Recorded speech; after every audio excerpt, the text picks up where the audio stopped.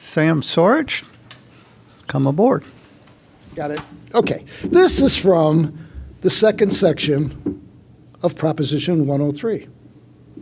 The second section of Proposition 103 sets forth the proposition's purposes.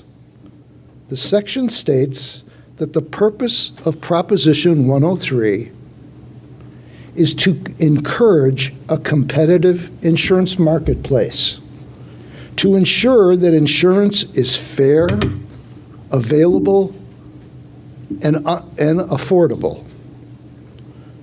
Carl, Christian, and Lars have shown that Proposition 103 has not achieved those purposes.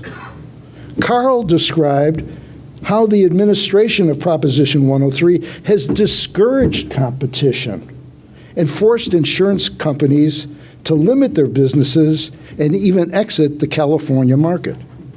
Lars demonstrated that Prop 103 has not been fair to consumers and explained how the proposition forced consumers to pay billions more than they should have been paying.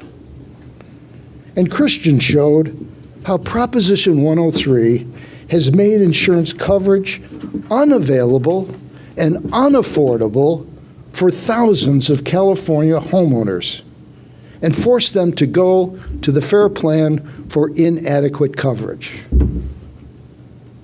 Proposition 103 has failed to achieve its purposes. Proposition 103 has broken the promise it made to voters, and Proposition 103 should be reformed or repealed.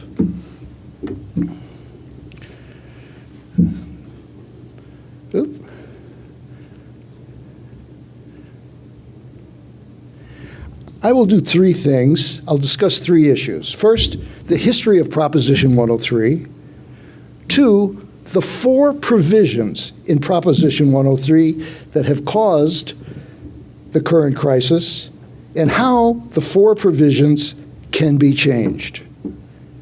Now, nearly half of Californians today were not even born when Proposition 103 was passed 37 years ago.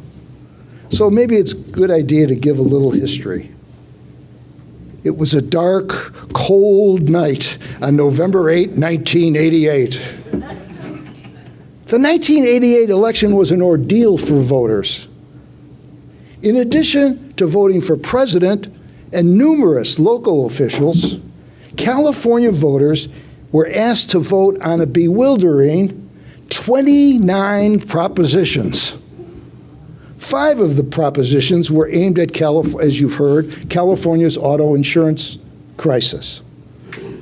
2 issues converged to create the auto insurance crisis. First, back in 1986, the legislature passed a law that required drivers to carry proof of insurance in their cars. Now, before that, drivers had to buy car insurance, but there was no primary enforcement.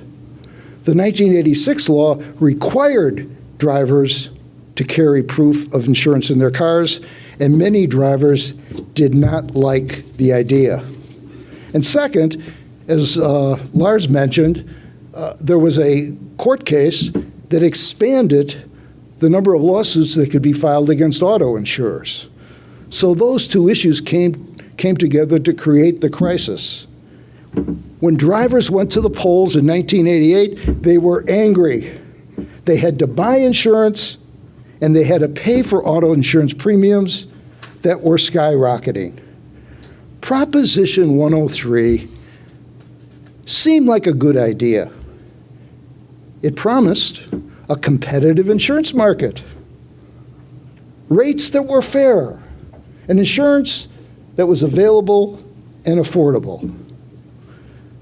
In addition, Proposition 103 promised consumers that all their insurance premiums would be reduced by 20%.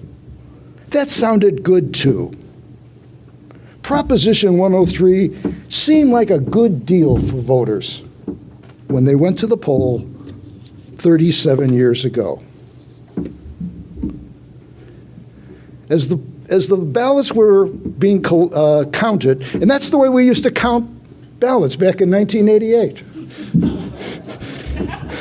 When the ballots were being counted on that stormy night, it became clear that Proposition 103 was the only one of the 5 insurance initiatives that was going to be approved. As you heard, Proposition 103 received 51% of the vote, despite the fact it only received a majority in 6 counties.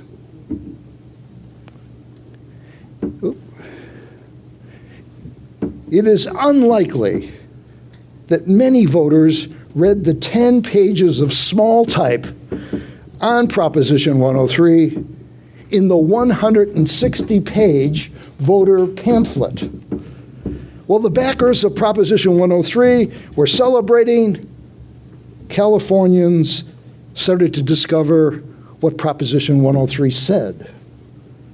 One revelation, as you've heard, is that the proposition was not confined to auto insurance. It applied to many property casualty insurance lines, including homeowners, surety, commercial property, and many others. There are, I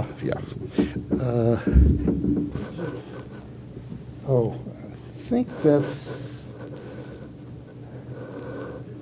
I'm sorry, that's out of order.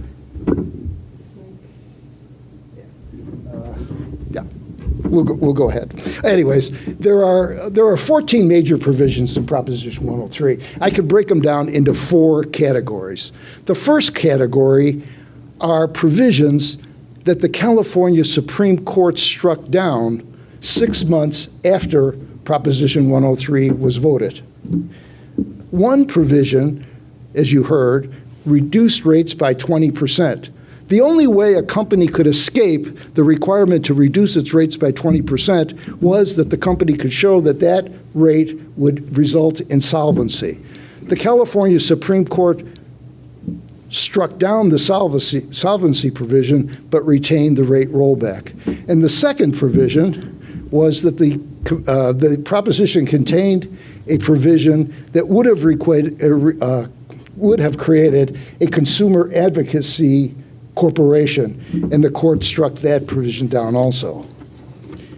The second category are a number of changes which really haven't affected insurance operations.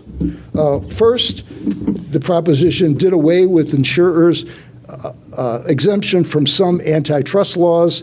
Companies never really had to change their operations because of that. The proposition also made insurers subject to the Unruh Civil Rights Act, but insurers were already following that law. The proposition required the Department of Insurance to create a comparison of rates, which they're still doing, but I don't think anybody pays attention to it. Fourth, the proposition repealed California's prohibition against agent rebates, and rebates really are not an issue today. And the proposition also authorized insurers to issue insurance coverage on a group plan. And in fact, that's a provision which is helping companies provide discounts.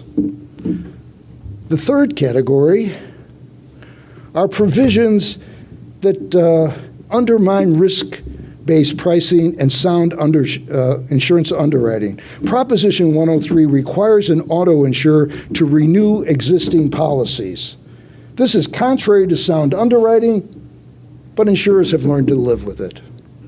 Insurers, as you've heard, are required to provide a good driver discount to drivers that meet certain criteria, and as you've heard, the result of that has been unfair rates, and good drivers are paying rates to subsidize bad drivers.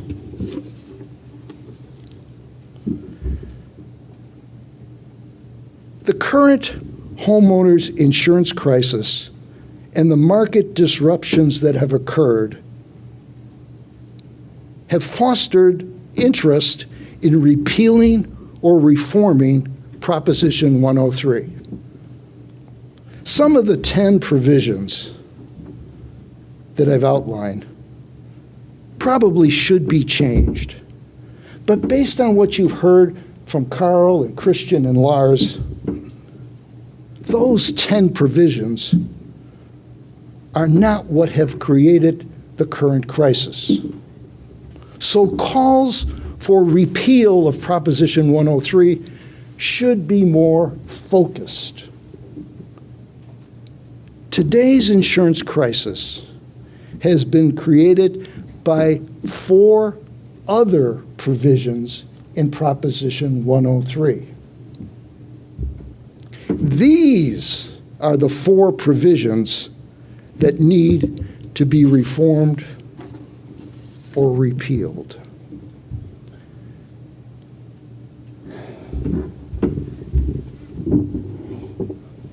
Even in the days shortly after the passage of Proposition 103,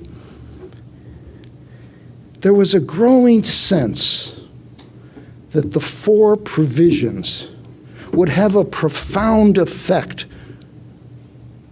on insurance in California. In those early days,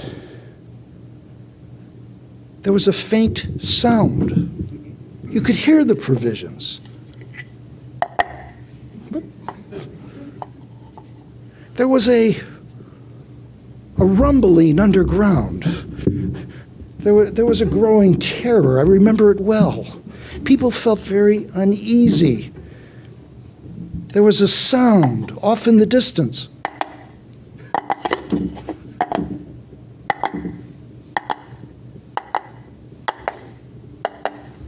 It was growing louder. There was a terror emerging.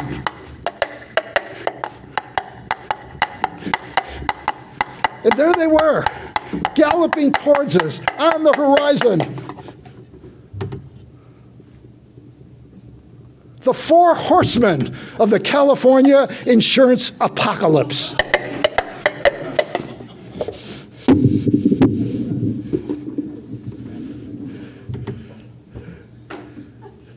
The 4 horsemen are the strict prior approval of rates, the election of the insurance commissioner, the interveners in rate filings, and the mandates on auto rating factors.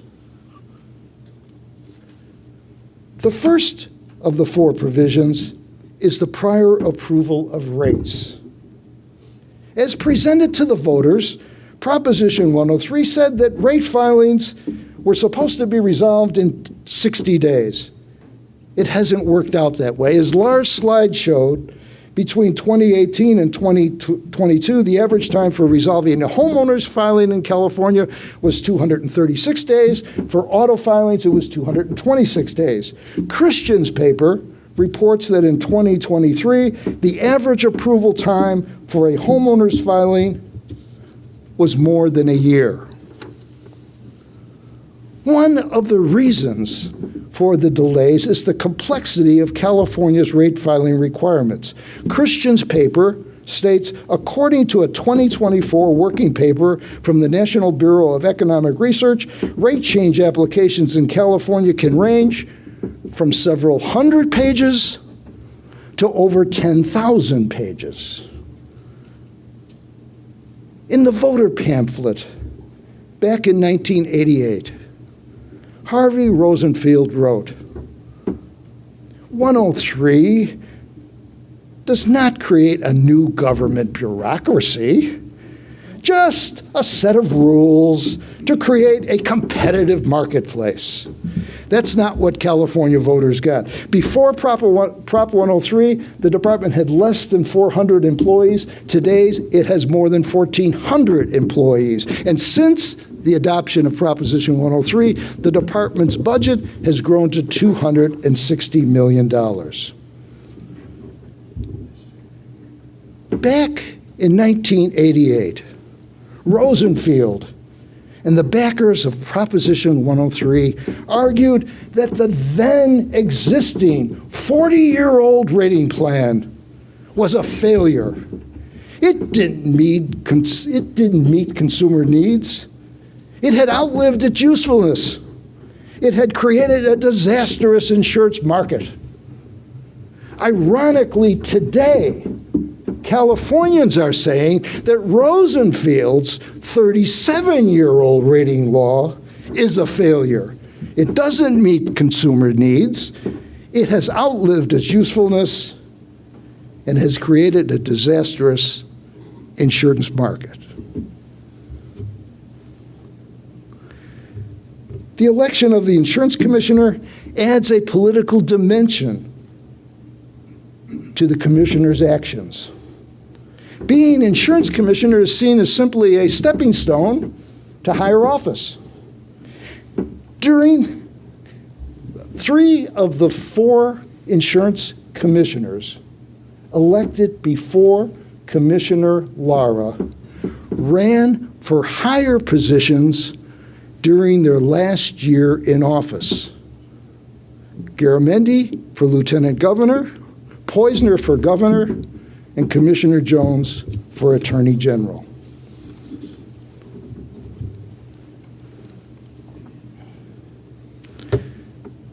Carl and Christian explained that Prop 103 allows consumer groups to intervene in Department of Insurance's review of rate filings and collect fees for the intervention. This aspect of Proposition 103 doesn't make any sense. On one hand, the proposition gives the insurance commissioner broad authority over rates. On the other hand, the proposition creates a provision that allows a consumer group to second-guess the commissioner.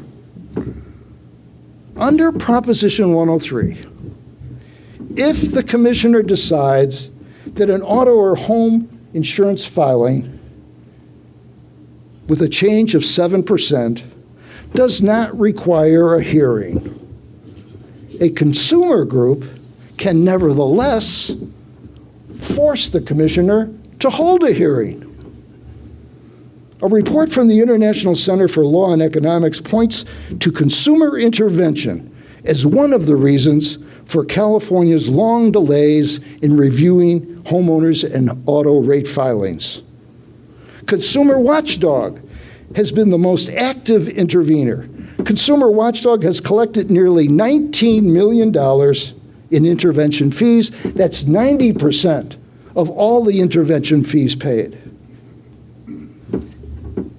It makes one wonder whether Consumer Watchdog is more interested in collecting fees than protecting consumers.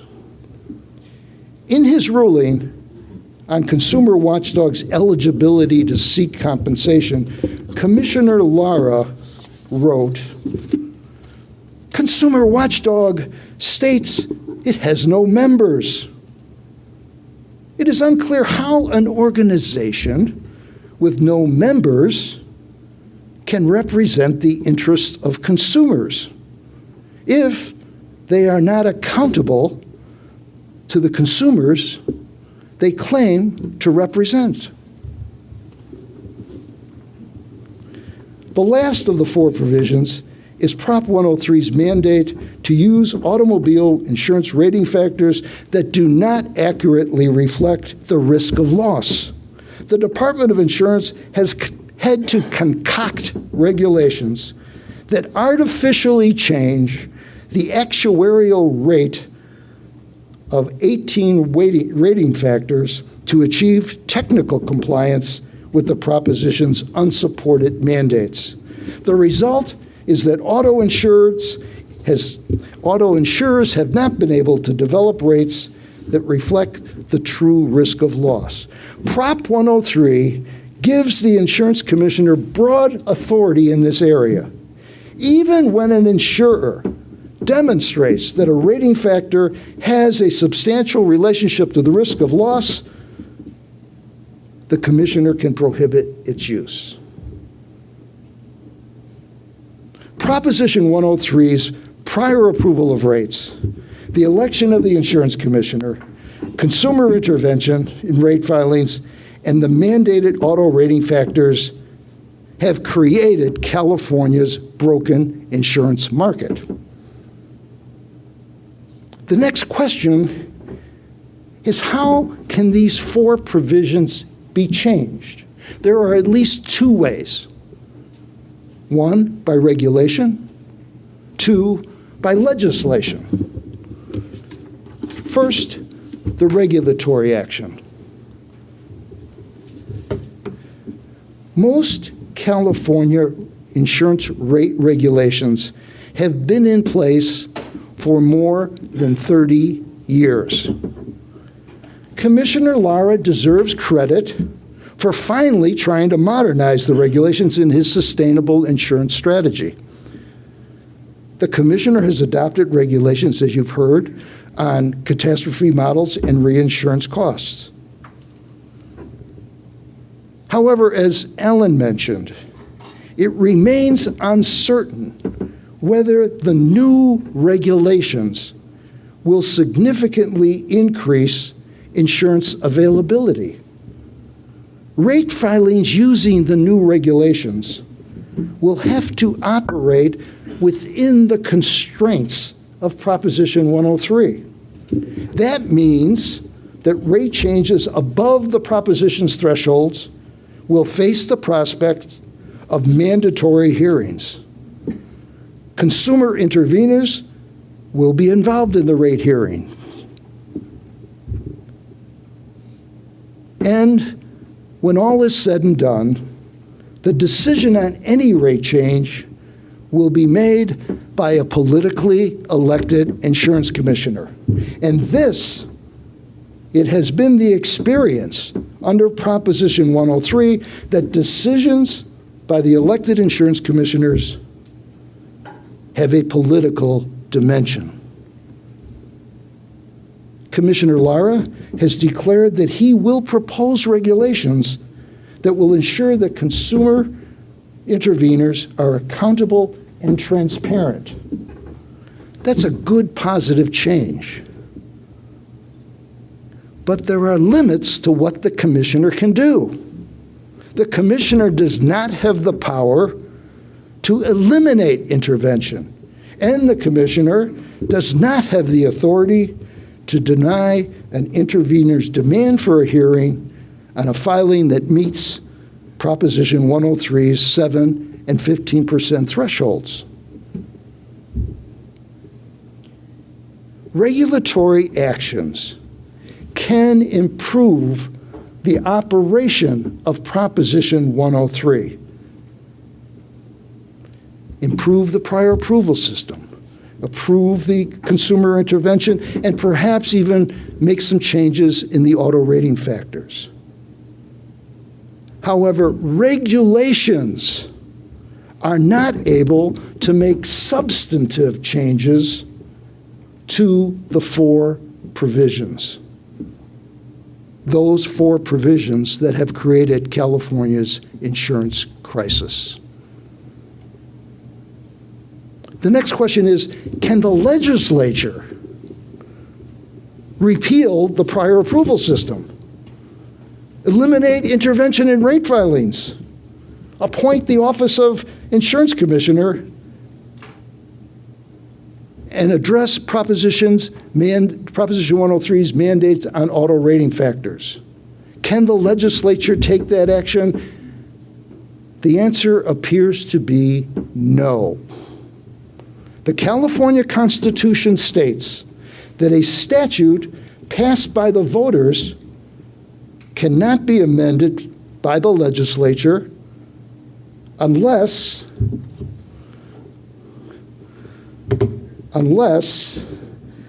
the initiative permits it. Now, Proposition 103 does permit the legislature to make changes in Proposition 103. But the changes must meet 2 conditions. First, a legislatively enacted amendment of Proposition 103 needs to be passed by a 2/3 vote of both the Assembly and the Senate. And second, the amendment must further Proposition 103's purposes. California courts have interpreted the phrase "further its purposes" in a manner that prevents the legislature from making substantive changes to Proposition 103.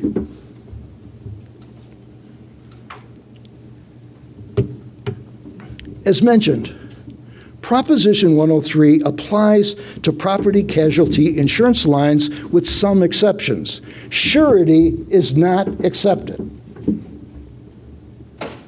Several years after Proposition 103 was passed, the legislature passed a law that exempted surety from Proposition 103's prior approval system. The legislature reasoned, surety is unique. It's different from all these other lines of insurance, so it made sense to exempt surety from Proposition 103's prior approval system. In 1995, the California Supreme Court invalidated the law because it did not further the purposes of Proposition 103. The Supreme Court's decision on the meaning of furthering the purposes of Proposition 103 makes 3 points. First, the court worried that if the phrase furthers its purposes is defined broadly to allow the legislature to make expansive changes in the initiative, the drafters of future initiatives would be not inclined to include that phrase in their initiatives. So the court saw that as a troublesome prospect because the legislature would not be able to make clarifications or technical changes to initiatives. So the court decided to give the phrase further its purposes a very narrow interpretation. Second, the Supreme Court said that the purposes in the phrase furthers its purpose is not confined to the purpose section of Proposition 103. Instead, the proposition's purposes should be drawn from all of the provisions in the proposition. Third, the wisdom of the legislature's amendment is irrelevant. This is what the court said. The question before us is not whether exempting surety insurance from some of the provisions of Proposition 103 furthers the public good, but rather whether doing so furthers the purposes of Proposition 103. The Supreme Court's decision was followed in 1998 when the California Court of Appeal ruled that a law which excluded premium taxes from Prop 103's rate rollback calculation did not further the purposes of Proposition 103. Despite the fact, when the legislature passed the law, the legislature declared that it did further the purposes of Proposition 103. In 2005, the Court of Appeal again followed the Supreme Court's decision in the surety case when it ruled that the legislature's authorization of the use of portable persistency as an auto rating factor did not further the purposes of Proposition 103. The 2005 case includes this statement, which has limited the California legislature's action on insurance issues for the past 20 years. The court said, any doubts should be resolved in favor of the initiative and referendum power, and amendments which may conflict with the subject matter of the initiative's measures must be accomplished by popular vote as opposed to legislatively enacted ordinances. This standard has prevented the California legislature from taking action to reform Proposition 103. Our legislature lacks the authority to address perhaps the most important economic issue confronting California homeowners and businesses today.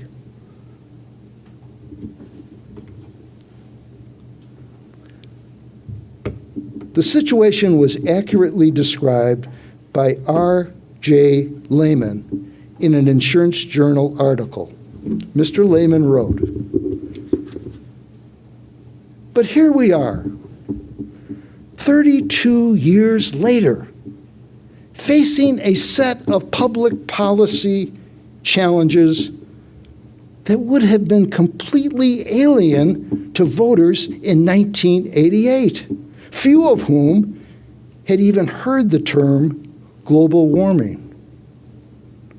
Think on what it means that there is effectively no legislative path, not even with 2/3 majorities of the people's representatives in both chambers of the legislature, to undo the decision made by that narrow majority of voters more than 3 decades ago." Does that sound like democracy to you? But that's where we are today. The legislature is powerless to effectively address the crumbling California insurance market. And despite the efforts of Commissioner Lara, 37 years of